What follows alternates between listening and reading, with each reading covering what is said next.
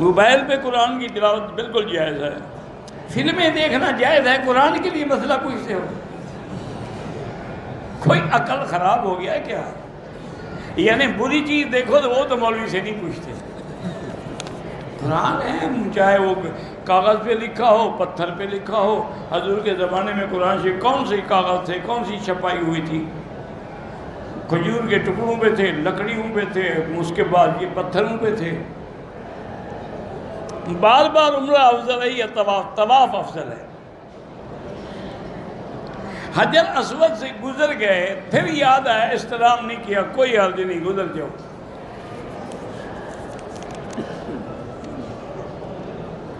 میری بہنوں کی شادی نہیں ہو رہی ہے، میں نے 2 عمل بتائے تھے، یاد رکھیں۔ ایک تو یہ ہے کہ سورۃ الاحزاب جو ہے اپنے علاقے میں کسی قاری یا عالم یا مولوی سے ایک کاغذ پہ لکھوا لیں اور اس کو لے کے گھر میں کسی ڈبے میں بند کر کے رکھ دیں، اس کی برکت سے انشاءاللہ رشتوں کی لائن لگی رہے گی۔ پھر جو اچھا ہو استخارہ کر کے کر لیں۔ اور دوسرا وظیفہ یہ ہے کہ 3 دفعہ روزانہ سورۃ الرحمن اول آخر پڑھ کے اگر دعا کریں پھر بھی انشاءاللہ خیر کے رشتے آ جائیں گے۔ بلکہ آج میں کتاب پڑھ رہا تھا، ان نے یہ بھی لکھا ہے کہ جن لوگوں کا شوگر کنٹرول نہیں ہوتا وہ اگر 3 دفعہ سورۃ الرحمن پڑھ کے پانی پہ دم کر کے پیتے رہیں تو 11 دن میں شوگر ختم ہو جائے گا۔ اللہ عالم۔ ہمارا تو قرآن پر ایمان ہے نا، ہم یہ نہیں دیکھتے کس نے لکھا ہے، ہم دیکھتے ہیں کہ لکھا کیا ہے۔ یہ پسند کی شادی اسی طرح ہو جائے گی۔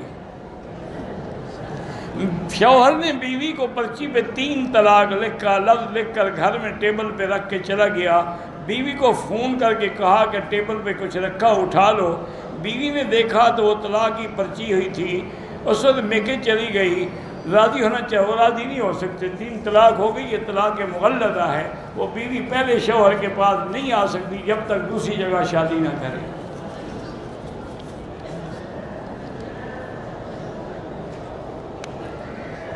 میرے چاچا نے پچھلے سال حج کیا تھا، حلق سے پہلے احرام کھول دیا، غسل بھی کر لیا، بالکل دم ہے ان پہ۔ کعبہ شریف کا دروازہ نہیں، ملتزم کو پکڑ کے دعا کرنا جو ہے وہ سنت ہے، باقی سامنے کھڑے ہو کے دعا کریں۔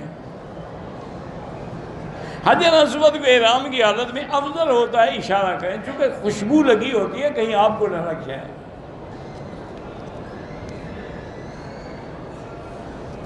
غار ہیرا یا غار ثور بالکل جا سکتے ہیں، لیکن یہ لوگوں نے رواج بنا رکھا ہے کہ نفل پڑھو اور یہ کرو، یہ تو سب بدعت ہیں۔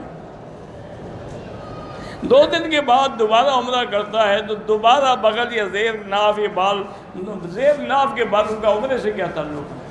وہ تو 40 دن میں 1 دفعہ کرنے کافی ہے، باقی ہر دفعہ سر پہ اس طرح پھروانا پڑے گا۔ مدینہ منورہ میں 40 نمازیں پڑھیں لیکن کوئی نماز نہ چھوٹے تو اللہ تعالیٰ نفاق سے اور جہنم سے بری کر دیتے ہیں۔ قبر پہ قرآن خوانی بدعت ہے، قرآن پڑھ کے ثواب بخشیں لیکن اپنے گھر والے کرائے پر نہ پڑھایا کرو۔ آج کل ہر چیز کرائے پہ کرتے ہیں، ختم شریف بھی مولوی پڑھے گا، قرآن خوانی بھی مولوی کرے گا، جنت کی ٹکٹ بھی ان کو مولوی دے گا، پتہ نہیں وہ خود کہاں ہوگا۔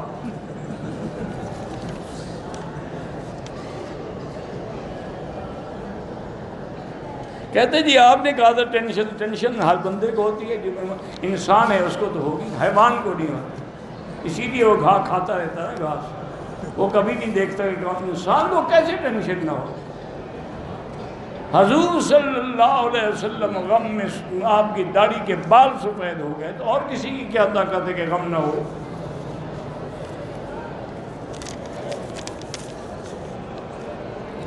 امام کے پیچھے اگر حنفی مسلک ہے تو فاتحہ نہیں پڑھنی چاہیے، شافعی ہے تو پڑھا کرے۔ نماز کی نیت 4 رکعت بس دل میں نیت ہے کہ عشاء پڑھ رہا ہوں، ضروری نہیں ہوتا کہ 4 رکعت اور فلاں، یہ بدعت ہے۔ میرے دل میں حضور کے بارے میں مشرکانہ وسوسے آتے ہیں تو استغفار کر دیا کریں، استغفر اللہ لا حول، بس وسوسوں کو چھوڑیں۔ شک کی بیماری ہے، بار بار ہاتھ دھوتی ہوں بھول جاتی ہوں، یہ ایک بیماری ہے، اس کا نام ہے وسواس قہری، عربی میں اس کو کہتے ہیں وسواس قہری۔ اس کا بیٹی بڑا آسان علاج ہے، کسی بھی سائیکاٹرسٹ ڈاکٹر کے پاس چلی جائیں، اس کو کیفیت بتائیں، وہ آپ کو دوائی دے گا تو انشاءاللہ آپ 4-5 دن میں ٹھیک ہو جائیں گے۔ یہ کوئی ایسا مسئلہ نہیں ہے، نہ جادو ہے نہ جن ہے۔ جن ہو تو تمہیں پلیت رکھنا چاہے گا نا، بار بار پاک ہونے کے لیے تو نہیں کہے گا نا۔ والدین کے لیے بالکل قرآن پڑھیں، طواف کریں، عمرہ کریں۔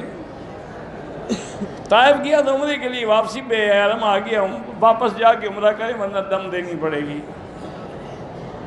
میں بوڑھی ہو گئی بیمار رہتی ہوں تو اب جوان تو نہیں ہو سکتی، بوڑھی ہو گئی تو ہو گئی، اسی لیے نا کہ اس کو اپنا جو جا کے نہ آئے وہ جوانی دیکھی اور جو آ کے نہ جائے وہ بڑھاپا دیکھا۔ تو اب تو اماں بوڑھا ہی ہونا ہے، یہ دعاؤں سے جوان آپ نہیں ہو سکتے۔ بس دعا یہ کرو اللہ خاتمہ ایمان۔ بوڑھا تو سب نے ہونا ہے، مرنا بھی سب نے ہے، لیکن خاتمہ ایمان پہ نہ ہوا پھر نہ جوانی کسی کام کی نہ بڑھاپا کسی